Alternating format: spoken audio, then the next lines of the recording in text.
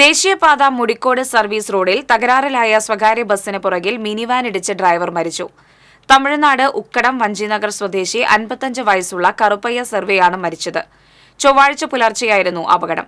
കഴിഞ്ഞ ദിവസം വൈകിട്ട് ഗിയർബോക്സ് തകരാറിലായി ബസ് സർവീസ് റോഡിൽ നിർത്തിയിട്ടിരുന്നു.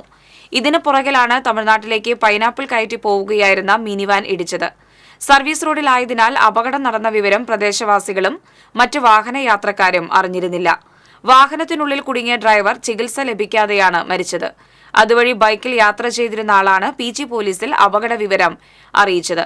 തൃശൂരിൽ നിന്നും ഫയർഫോഴ്സ് സ്ഥലത്തെത്തി വാൻ വെട്ടിപ്പൊളിച്ചാണ് ഡ്രൈവറെ പുറത്തെടുത്തത്.